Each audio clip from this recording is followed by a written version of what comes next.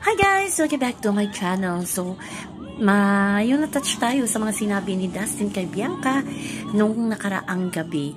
Nag-uusap sila after fiction at napagtanto ni Dustin na sinabi niya kay Bianca na feeling niya mas maraming nagmamahal sa kanya sa labas kaysa sa loob. Ayon kay Dustin, na sense din ni Dustin na parang hindi siya gusto ng iba pang mga housemate kasi lagi siyang nominate, 'di ba? Masisense mo din 'yan. Pero alam naman natin lagi yung mga big winners ang laging nominate, 'di ba? Naalala niyo si Fiang, every nomination, every eviction present talaga ang ating Fiang. Pero anong nangyari? Si Fiang ang itinanghal na big winner, the most hate housemate sa loob ng bahay ni Kuya, pero the most love housemate sa labas or sa outside world.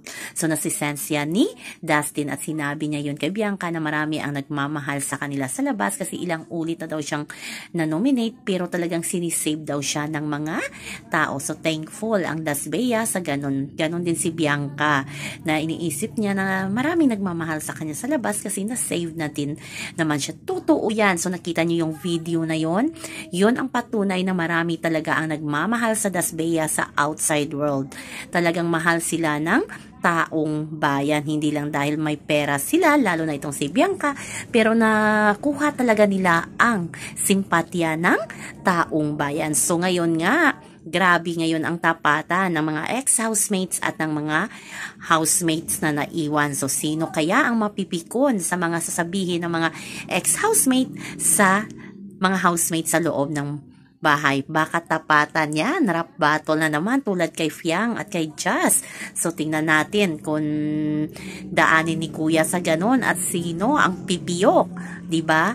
So abangan na lang natin yan guys sa susunod na mga araw kasi walang live stream si Kuya mula pagpasok ng mga ex-housemate. Bakit kaya hindi naka-on ang live stream para surprise ata sa manonood? Basta Dasbea hanggang dulo, ayon sa mga Dasbea fans, ilalaban daw nila ito hanggang magka-big force sila. So, isang nomination na lang at may malalaman na natin kung sino ang big four ni Kuya. So, yun lang po guys ang ating update sa ngayon. Hanggang sa muli. Bye-bye. Also remember, wag po tayong magpaka-stress.